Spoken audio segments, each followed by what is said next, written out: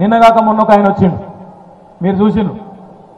ఎవరైనా నిన్నగాక మొన్న వచ్చిన ఆయనే సంగారెడ్డికి ఎవరో గాంధీ, రాహుల్ గాంధీ. ఇంకా ఆయన గుర్తుపట్టే వాళ్ళు కూడా ఉన్నారు దేశంలో. ఆయన ఎక్కడ కాలు పెడితే అక్కడ నాశనమే. మొన్న ఉత్తరప్రదేశ్ పోయిండు పాపం. అప్పటిదాకా కొంతమంది అన్నారు అఖిలేష్ యాదవ్ గెలుస్తాడన్నారు. ఎప్పుడైతే ఈయనతో జతగట్టిండో నాశనం అయిపోయింది పాపం. 40 సీట్లకు 400 సీట్లుండే అసెంబ్లీలో ఆ రాష్ట్రంలో 40 స్థానాలకు పరిమితమైంది. ఏ ఉత్తరప్రదేశ్ నుంచి అయితే రాహుల్ గాంధీ గారు ఈరోజు ఎంపీగా ఉన్నారో, ఏ అమేథీ నుంచి అయితే ఆయన ఎంపీగా ఉన్నారో, ఆయన సొంత పార్లమెంట్లోనే 2 ఎమ్మెల్యేలు కూడా గెలవలేదు కాంగ్రెస్ పార్టీ. కానీ ఆయన నట సంగారెడ్డికి వచ్చి తెలంగాణకు వచ్చి కేసీఆర్ను ఓడించేస్తా నేను అంటున్న రాహుల్ గాంధీ, నువ్వు ముందు అమేథీలో 4 సీట్లు అయితే గెలువు, ఆ తర్వాత తెలంగాణకు వచ్చి కేసీఆర్ను ఓడగొట్టి ఏదో చేసే తర్వాత సంగతి.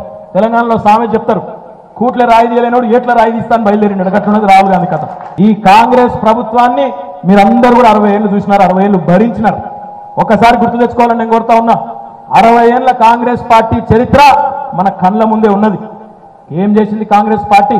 ఇలా ఏమంటాడు వచ్చి మీ బాధను అర్థం చేసుకొని, మీ మనసులో ఉన్న ఆవేదన అర్థం చేసుకొని కాంగ్రెస్ పార్టీ తెలంగాణ ఇచ్చిందట. ఇచ్చిన అది కాంగ్రెస్ పార్టీ మర్యాదగా తెలంగాణ. ఒకసారి గుర్తు తెచ్చుకోవాలా, 1956లో ఆంధ్రకు తెలంగాణకు ఇష్టం లేని బలవంత పెళ్లి చేసింది ఎవరు? ఈ కాంగ్రెస్ పార్టీ కాదా? 1969లో ఆనాడు తెలంగాణ విద్యార్థులు, తెలంగాణ విద్యావంతులు పెద్ద ఎత్తున రోడ్డుకెక్కి ఉద్యమిస్తే 370 మందిని కాల్చి చంపింది ఎవరు? ఈ కాంగ్రెస్ పార్టీ కాదా?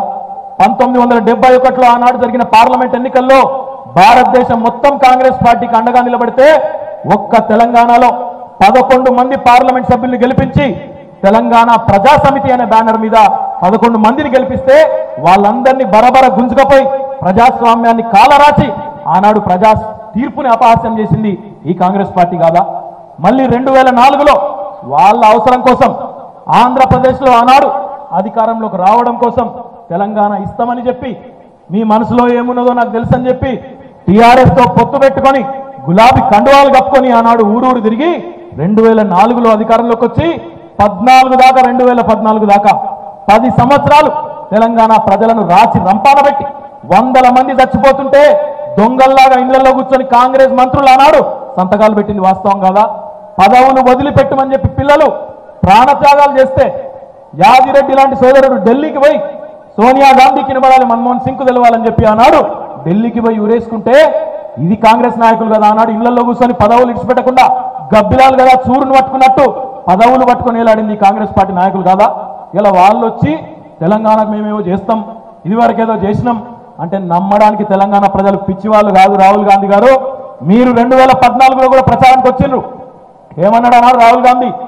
కేసీఆర్ గారు ₹1,00,000 రుణమాఫీ చేస్తా అంటున్నాడు, నువ్వు 2 లక్షలు చేస్తాం మేము కాంగ్రెస్ పార్టీ అన్నాడు. రుణమాఫీ మాకు అధికారం ఇస్తే ఎవరిని నమ్మిన ప్రజలు? 2 లక్షలు చేస్తాను నిన్ను నమ్మినరా? ₹1,00,000 రుణమాఫీ చేస్తాన్న కేసీఆర్ నమ్మినరా? ఎందుకు మరి?